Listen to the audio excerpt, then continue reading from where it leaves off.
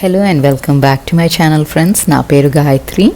నేను ఇక్కడ home organisation and decoration related videos చేస్తూ ఉంటానండి. మీరు కనుక ఫస్ట్ టైం నా ఛానల్ని చూస్తున్నట్టయితే ఈ వీడియో చివరి వరకు చూడండి. నచ్చితే సబ్స్క్రైబ్ చేసుకోవటం, లైక్ చేయటం అస్సలు మర్చిపోవద్దు. సో ఇవాళ వీడియో అయితే ఆఫ్టర్నూన్ నుంచి స్టార్ట్ చేశానండి.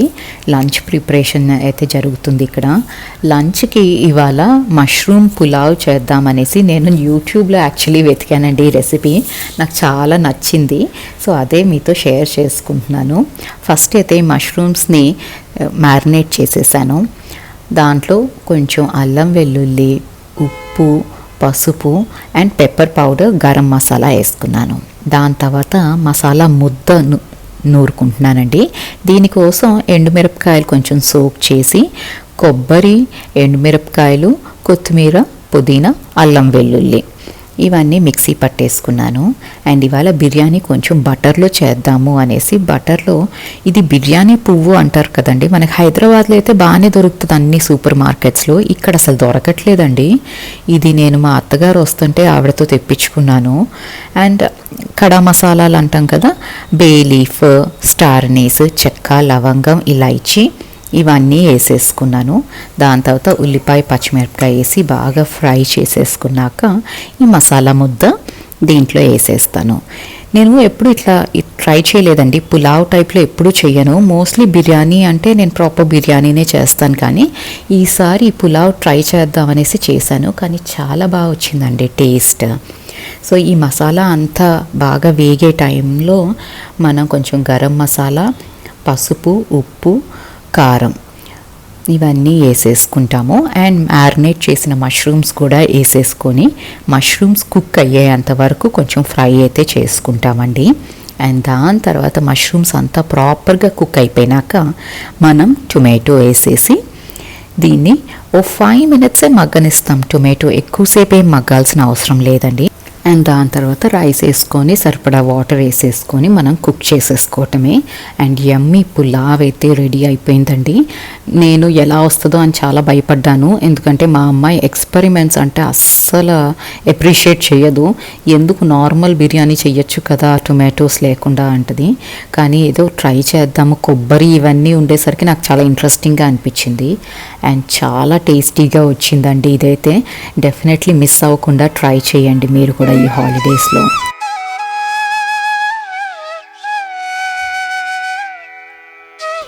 ఇంకా లంచ్ చేసినాక మా అమ్మాయి ఏమో ఇక్కడ టేబుల్ మొత్తం తను సెటప్ పెట్టేసుకుందండి. పెయింటింగ్ ఏదో చేస్తుంది. నాకు ఈ డాగ్ పెయింటింగ్ అన్నిటికంటే బెస్ట్ పార్ట్ ఐస్ అనిపించినాయండి. చాలా బాగా వచ్చినాయి ఐస్ మాత్రం. మీకు ఎలా అనిపించిందో నాకు కామెంట్ చేసి చెప్పండి. అండ్ ఇంకా నేను బెడ్రూమ్లోకి వచ్చేసి ఈ చెస్ట్ ఆఫ్ డ్రాస్ ఉన్నాయండి. దీంట్లో నేను నా cushion covers and napkins, table napkins, table cloth, runners ఇవన్నీ పెట్టుకుంటాను. పాస్ట్ ఫ్యూ వీక్స్లో చాలా మెస్సీ అయిపోయింది. ఈ షెల్ఫ్ అయితే సర్దనే లేదు నేను. సో ఇవాళ ఆ పని అంతా పెట్టుకున్నాను. మనం కొంచెం కొంచెంగా పని డివైడ్ చేసుకుంటే ఈజీగా ఉంటుందండి. సమ్మర్ పిల్లలు ఆల్మోస్ట్ ఇంట్లోనే ఉంటున్నారు అందరికీ. సో వాళ్ళతో టైం స్పెండ్ చేయాలి. అట్ ద సేమ్ టైం వాళ్ళు ఏమైనా బిజీగా వాళ్ళ యాక్టివిటీ చేసుకుంటున్నప్పుడు మనకి మన పని చేసుకునే టైం అయితే దొరుకుద్ది. సో ఇవాళ తను ఆ పెయింటింగ్లో బిజీగా ఎంగ్రాస్ అయిపోతుందండి. అది స్టార్ట్ చేసిందంటే అది అయ్యేంత వరకు తను ఇంకా మైండ్ అక్కడే ఉంటుంది. సో అలాంటప్పుడు నాకు కొంచెం టైం దొరుకుద్ది. సో నేను ఇవాళ ఈ కుషన్ కవర్స్ అన్నీ నీట్గా మడతేసుకొని ఆర్గనైజ్ అయితే చేసేసుకుంటున్నాను. అండ్ కుషన్ కవర్స్ నేను ఎట్లా కొనుక్కుంటానంటే, రెగ్యులర్ వేర్ కొనేటప్పుడు కాటన్ మెటీరియలే ప్రిఫర్ చేస్తానండి. అది ఎంత అందంగా ఉన్నది అని చూడను, ఎంత కంఫర్టబుల్గా ఉంది ఆ మెటీరియల్, మనం రోజు వేసుకొని కూర్చోగలమా అన్నది చెక్ చేసుకుంటాను. అదే ఫెస్టివల్స్కి కొనేటప్పుడు మాత్రం ఎంత గ్రాండ్గా ఉంది అని చూసి కొంటాను. సో ఫెస్టివల్స్వి సైడ్కి పెట్టుకుంటాను, విడిగా ఉంటాయి. అండ్ ఈ ఎల్లో కుషన్స్ నాకు చాలా నచ్చుతాయండి. ఇవి ఢిల్లీ వెళ్ళినప్పుడు కొన్నాను. సిల్క్ మీద ఎంబ్రాయిడరీ చేసి చక్కగా ఇట్లా ఫ్రిల్ వచ్చి, ఈ మధ్యకాలంలో ఇలాంటి కుషన్స్ అయితే నేను ఎక్కడా చూడలేదండి. ఢిల్లీలో కొని కూడా చాలా ఇయర్స్ అయినట్టుండి, 2-3 years పైనే అయిపోయింది. సో ఇలాగా కుషన్స్ని మనం డివైడ్ చేసి కొనుక్కున్నామంటే ఫెస్టివిటీస్కి సెపరేట్ ఉంటాయి, రెగ్యులర్ వేర్ కంఫర్టబుల్ కుషన్స్ డిఫరెంట్గా ఉంటాయి. అండ్ టేబుల్ క్లాత్స్ కూడా నీట్గా ఇట్లా మడతేసుకొని ఒకటే టైప్లో మడతేసేసుకొని రన్నర్స్ అండ్ క్లాత్ కూడా ఇట్లా పెట్టేసుకున్నానండి. అండ్ ఈ షెల్ఫ్స్లో అయితే నేను లైనర్స్ కోసం అనేసి మనం షాపింగ్ చేసినప్పుడు వస్తాయి కదండి ఈ పేపర్ బ్యాగ్స్, ఇవి చాలా థిక్ మెటీరియల్ ఉంటుంది, కదలవు. ఒకసారి వేసాము అంటే అస్సలు కదలవు. అదే న్యూస్ పేపర్ అయితే పల్చగా ఉంటుంది కదా, కొంచెం మెస్సీగా అయిపోతుంది. సో నేను ఈ పేపర్ బ్యాగ్స్ని అస్సలు పడేయనండి, స్టోర్ చేసి పెట్టుకుంటాను. ఇట్లాంటప్పుడు లైనర్స్ లాగా వీటిల్ని యూస్ చేసేస్తాను. అండ్ ఈ కుషన్ కవర్స్ అన్నీ నీట్గా స్టాక్ చేసైతే ఈ షెల్ఫ్లో పెట్టుకున్నాను. మనం సరిగ్గా మడతేసి పెట్టుకుంటే మొత్తం సామాన్ అంతా చాలా కొంచెం ప్లేస్లో సెట్ చేసుకోవచ్చండి.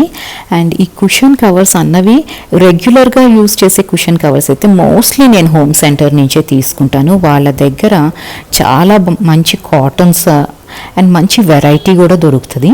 అండ్ జైపూర్ అనే ఒక వెబ్సైట్ ఉందండి ఆన్లైన్, దాంట్లో కూడా మీరు చెక్ చేయొచ్చు, కానీ అక్కడ కొంచెం ప్రైజీగా అనిపిస్తుంది. అండ్ నెక్స్ట్ షెల్ఫ్లో కూడా నేను ఇక్కడ లైనర్ కింద ఒక పేపర్ బ్యాగ్ వేసుకున్నాను. అండ్ ఇంకొకటేమో ఒక నోట్ ప్యాడ్, మా అమ్మాయికి రిటర్న్ గిఫ్ట్ ఎవరో ఇచ్చారు, కానీ ఇప్పుడు వాళ్ళు ఆ ప్రిన్సెస్లు అవన్నీ she doesn't enjoy anymore. So నేను తీసుకోను, యూజ్ చేయను అంటే దాన్ని కూడా లైనర్ లాగే వేసేసుకుంటున్నాను. అండ్ నాప్కిన్స్ని ఇక్కడ చూపెట్టినట్టు మీరు ఫోల్డ్ చేసి స్టోర్ చేసుకున్నారంటే తక్కువ ప్లేస్లో ఎక్కువ నాప్కిన్స్ పెట్టుకోవచ్చు. అండ్ చూడటానికి కూడా నీట్గా ఉంటుందండి. మడతేసిన బట్టలు మనం ఎలా సర్దుకున్నాము అన్నది ఇంపార్టెంట్ కదా. సో నీట్గా ఫోల్డ్ చేసుకొని సెట్ చేసుకున్నామంటే చాలా మంచి లుక్ వస్తుంది. అండ్ సెట్ చేసుకోవటానికి ఇట్లా మడతేయటానికి ఎక్కువసేపు అయితే అస్సలు పట్టదండి, నార్మల్ టైమే పడుతుంది. సో ఇలాగైతే నాప్కిన్స్ అన్నీ ఇలా స్టాక్ చేసేసుకున్నాను ఒక బాస్కెట్లో పెట్టి. అండ్ ఇదంతా ఏంటంటే డైనింగ్ టేబుల్కి సంబంధించిన వస్తువులన్నీ ఒకే షెల్ఫ్లో పెట్టాను. డైనింగ్ క్లాత్, టేబుల్ మీద వేసుకునే రన్నర్స్ అండ్ నాప్కిన్స్.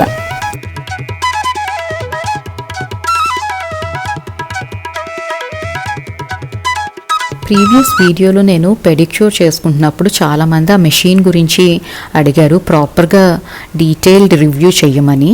ఈ మెషిన్ యాక్చువల్లీ నేను కొని చాలా రోజులైందండి, 2 years నుంచి యూస్ చేస్తున్నాను. నేను కొన్నప్పుడు ఇది 2000 అప్రాక్సిమేట్లీ ఉంది, కానీ ఇప్పుడు చాలా తక్కువ ప్రైస్కే అమెజాన్లో అయితే దొరుకుతుంది. దీన్ని ఇట్లా యూఎస్బి ఛార్జర్తో మనం ఛార్జ్ చేసుకుంటే 4 hours అయితే వస్తుందండి ఈ మెషిన్. అండ్ ఇది క్రాక్డ్ హీల్స్, మరీ డీప్ క్రాక్ హీల్స్ ఉంటే నాకు తెలియదు, కానీ నాకు హీల్స్ కొంచెం రఫ్గా అయిపోతూ ఉంటాయి, క్రాక్స్ ఎక్కువ ఉండవు. కానీ సో నేను దీన్ని యూజ్ చేస్తుంటే చక్కగా సాఫ్ట్గా అయిపోయి ఇంకా నేను పెడిక్యూర్కి వెళ్ళాల్సిన అవసరం ఉండదండి. దీన్ని చక్కగా ఇది డిటాచబుల్ అన్నమాట. ఈ స్క్రబ్బర్ ఇట్లా మనం యూజ్ చేసినప్పుడు దాన్ని తీసేసి వాష్ చేసుకోవచ్చు. మెషిన్ని మాత్రం డ్రై క్లాత్తో క్లీన్ చేసుకోవాలి.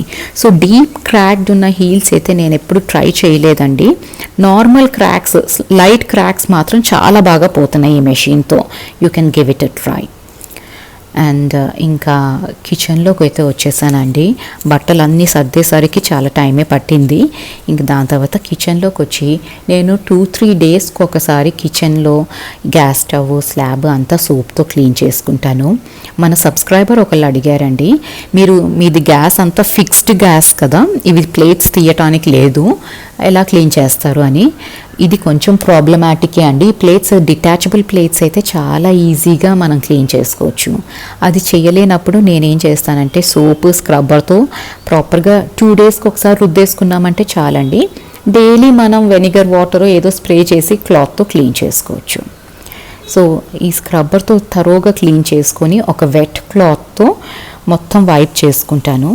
అండ్ 1 ఇంపార్టెంట్ టిప్ అండి, కిచెన్ గ్యాస్ స్టవ్ మీరు క్లీన్ చేసినాక వెట్ క్లాత్తో క్లీన్ చేస్తారు కదా, దాని తర్వాత పొడి క్లాత్ తీసుకొని దాంతో వైప్ చేశారనుకోండి, అసలు ఎంత నీట్గా వస్తుందో స్టవ్, ప్లాట్ఫామ్ మాత్రం. నేను ఇవాళ అదే చేశానండి, డ్రై కాటన్ క్లాత్తో ఒక్కసారి వైప్ చేసేసుకున్నాను. అండ్ చూడండి ఎంత నీట్గా ఉంటుందో, ఆ గ్లాసీ ఫినిష్ వచ్చేస్తుంది. అండ్ మీరు కనుక ఇక్కడి వరకు ఈ వీడియోని చూస్తున్నారు అంటే ఏదైనా కొంచెమైనా నచ్చితే ప్లీజ్ సబ్స్క్రైబ్ చేసుకోండి. అండ్ ఆల్రెడీ సబ్స్క్రైబ్ చేసుకున్నట్టయితే లైక్ చేయటం అండ్ కామెంట్ చేయటం అస్సలు మర్చిపోవద్దు. ఇంకా ఇవాళకి దేవుడు సామాన్ అయితే కడిగేసుకుంటున్నానండి. ఇవాళ వాకింగ్కి అయితే వెళ్ళలేదు. సో సామాన్ ముందు కడిగేసుకొని ఇంకా డిన్నర్ ప్రిపరేషన్, స్నానం చేసి వచ్చి మళ్ళీ డిన్నర్ ప్రిపరేషన్స్ చేస్తాను. ఇవాళ చాలా ఉన్నాయండి దేవుడి సామాను, అన్నీ కడుక్కొని వాటిని వైప్ చేసుకునేసరికి కొంచెం టైం పడుతుంది. అండ్ మీరు కనుక ఇక్కడి వరకు నా వీడియో చూస్తే ప్లీజ్ సబ్స్క్రైబ్ చేసుకోండి, లైక్ చేయండి, ఫ్యామిలీ అండ్ ఫ్రెండ్స్తో షేర్ చేసుకోండి. Thank you so much for watching this video. You all have a great day. And నా సబ్స్క్రైబర్స్ అయితే ఐఎమ్ రియలీ గ్లాడ్ అండి. ఎంత పాజిటివ్గా మాట్లాడతారండి మీరు. ఆ positivity is just very motivating and very infectious అనిపిస్తుంది నాకు. థ్యాంక్ యూ సో మచ్ అండి.